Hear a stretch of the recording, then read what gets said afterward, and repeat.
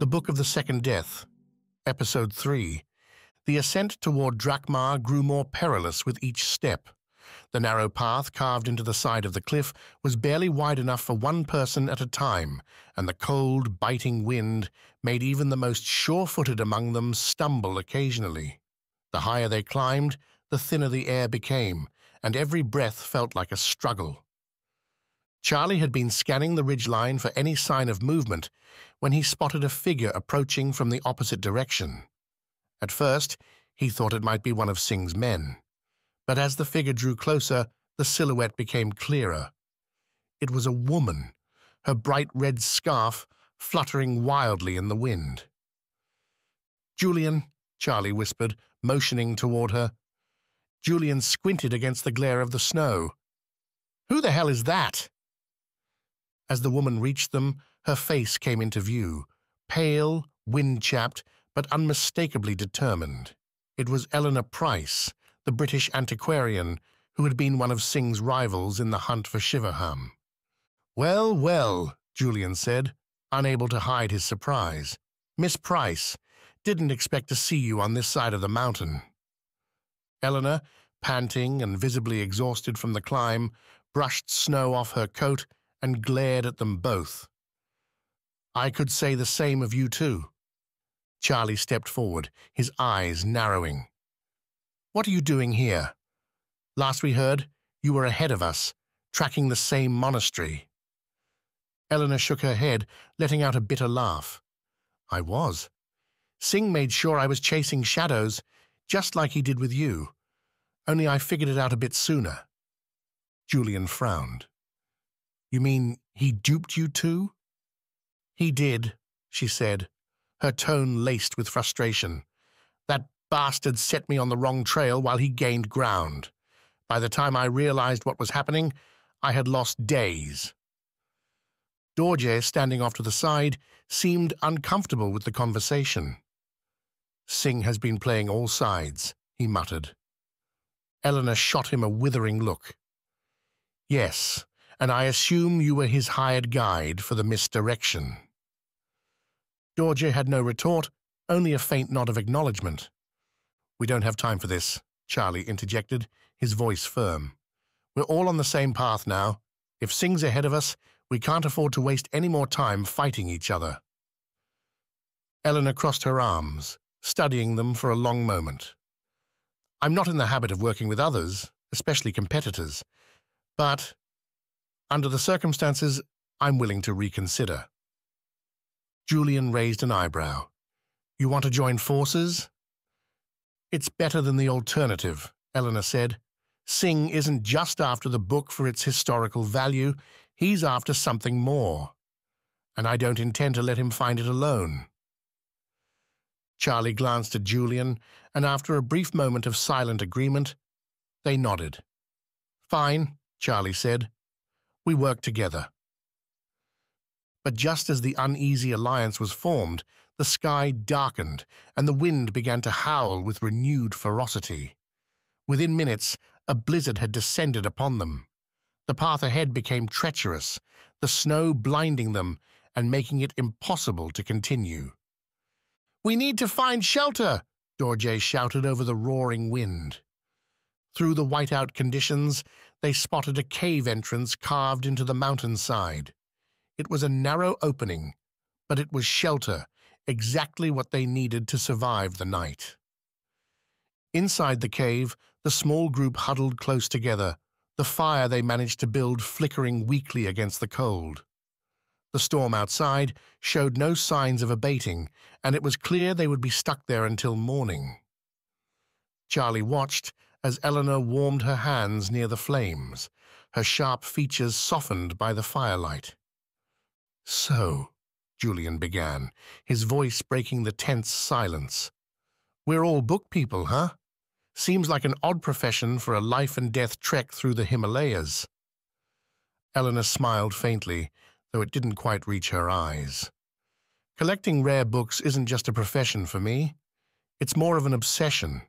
My father was a historian, and growing up, our house was filled with ancient texts, manuscripts, treasures from different parts of the world, Books became my life's passion. Charlie leaned back against the cold stone of the cave. I get that. I grew up around books, too. My parents ran a small second-hand bookstore in Edinburgh. I used to spend hours in the back, reading anything I could get my hands on. I guess that's where it started for me, this fascination with rare texts, the stories behind them. Julian chuckled softly, his breath visible in the cold air. And here I thought I was the only one with a sentimental backstory. I came into the business by accident, really. I was a journalist, and I covered a story on a private library auction. There was this book, an ancient codex, full of these bizarre illustrations. I couldn't stop thinking about it. That's when I switched careers, decided I'd rather chase down rare books than chase stories. Eleanor's gaze softened. But Shivoham, this book is different. We're not just chasing history or prestige here. We're chasing something deeper. Charlie nodded. It's not just about the book anymore. It's about what it represents. The idea that there's something out there, some deeper truth about life and death, about the universe. I think that's why Singh is after it too. He's not interested in just owning it. He wants whatever power or knowledge it holds. The wind howled louder outside, and for a long moment they all sat in contemplative silence. Each of them had spent years chasing after rare manuscripts, but the Book of the Second Death was something far more profound. It wasn't just a piece of history, it was a doorway to answers they all sought, whether they realized it or not. Eleanor broke the silence. I was raised Anglican, but I never really believed. Not fully. As I got older, I became more of an agnostic, skeptical, questioning everything.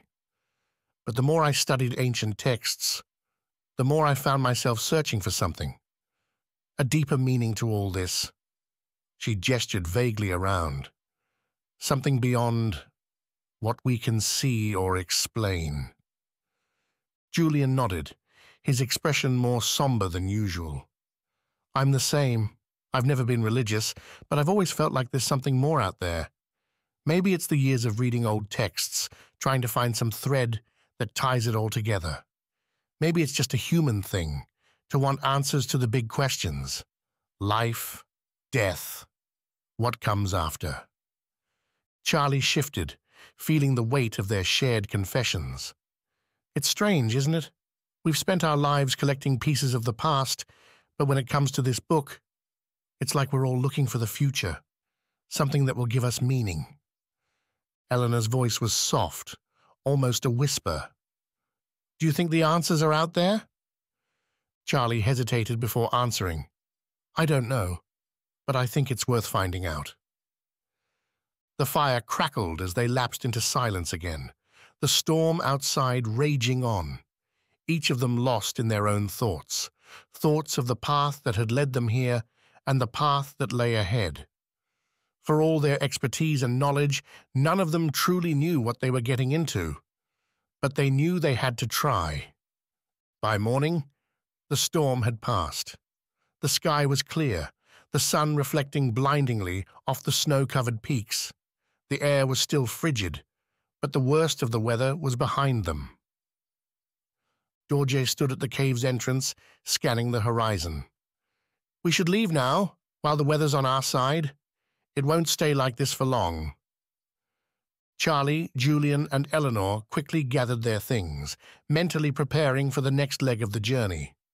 The climb would only grow more dangerous from here, but with Singh ahead of them, there was no time to lose. As they set off, the tension between them had eased slightly. Their shared experiences in the cave had forged a tentative bond, though none of them fully trusted the others yet. Still, there was an unspoken agreement. They would need to rely on each other if they were going to make it through this. The journey to Drakmar was nearing its final and most dangerous stage. The ancient monastery, hidden for centuries, was within reach. But as they pressed on, the stakes grew higher. Singh was ahead of them, and the race to find the Book of the Second Death had only just begun.